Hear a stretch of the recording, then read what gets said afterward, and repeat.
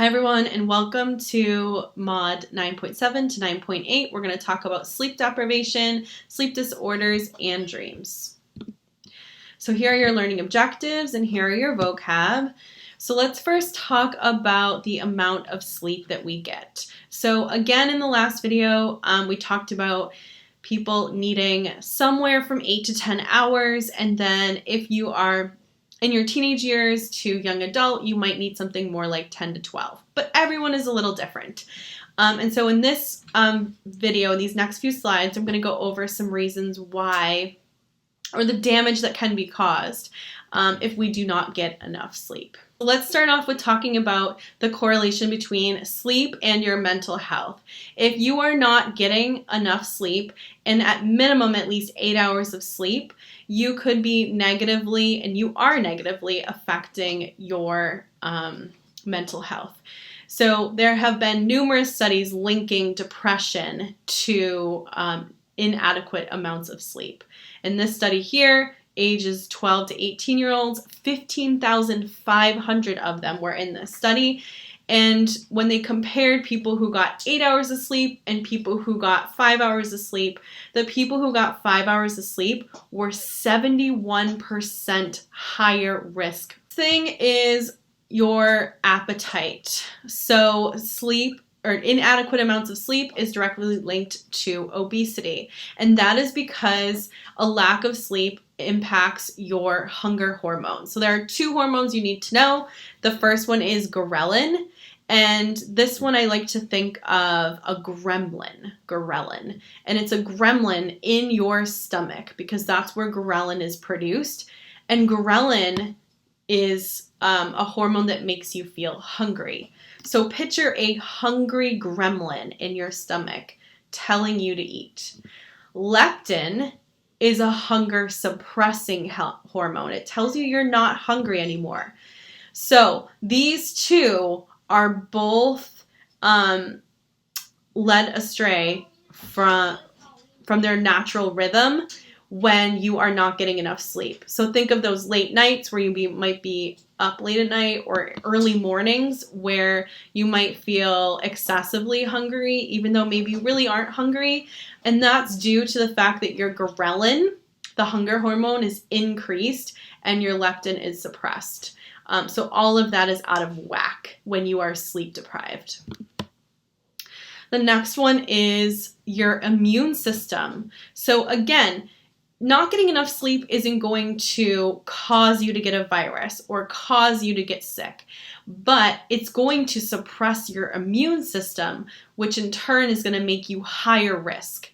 So those that got 7 hours, less than 7 hours of sleep, were 3 times more likely in this study to develop a cold than those who got 8 hours of sleep. And this is the biggest one, and numerous studies back this up. Adults who get adequate sleep live longer. It also slows your reaction time. So it negatively affects your cognition, your ability to safely drive. It increases your risk of having an accident.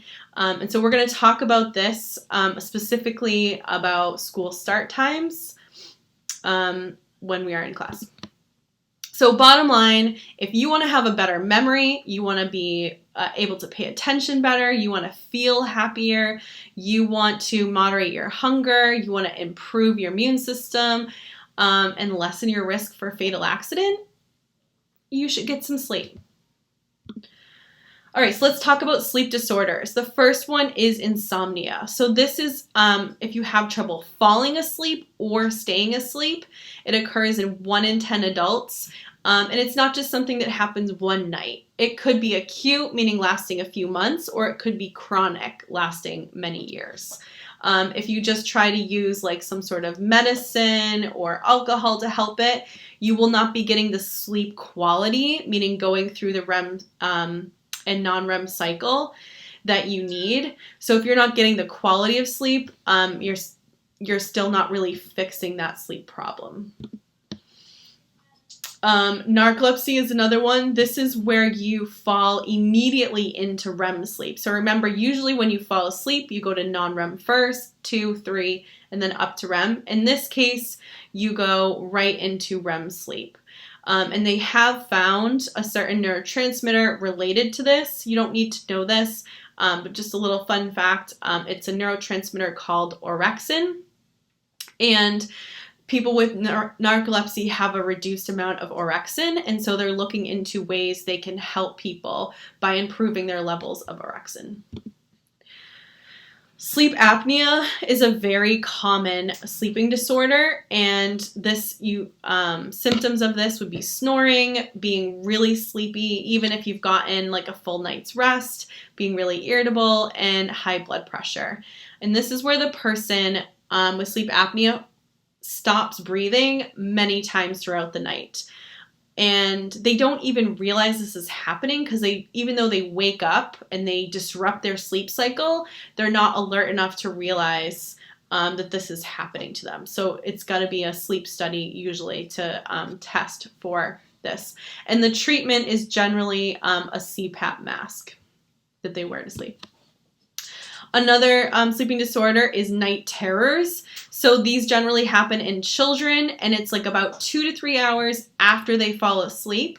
Even though they might look really scary or disruptive to people who are observing them, to the individual, they're not likely to even remember the experience, or if you woke them up in the moment, they would just be confused.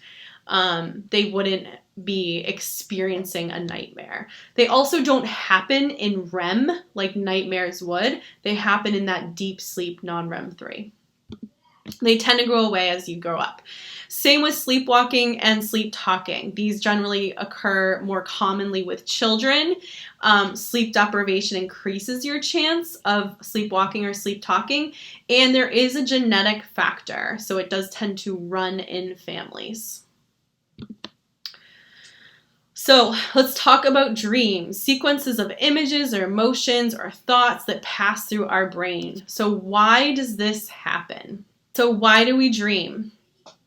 Sigmund Freud would say it is wish fulfillment, meaning we have these hidden secret desires that we can't express, and so we dream about them. Some people believe, and there is research to show, that it's information processing. We think we are dreaming about things that we've been thinking about all day. We're dreaming about our day. We're dreaming about the next day. So it's a way to process our information. There's a lot of research to show us that dreaming in REM sleep is important for memory. So that could be, our dreams could kind of just be a result of those neural pathways being strengthened. But whatever the reason, we know that REM is very important. If we don't get REM one night, if we don't get a lot of REM sleep, we will have a REM rebound, meaning we will we will experience an increase in REM the night after we have a bad night's sleep.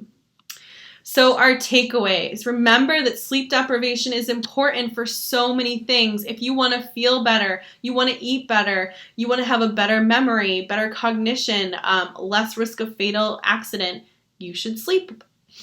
You should be familiar with the key characteristics of each sleep disorder and get your REM sleep. Remember why it's important. That wraps up 9.7 to 9.8, and I will see you in class.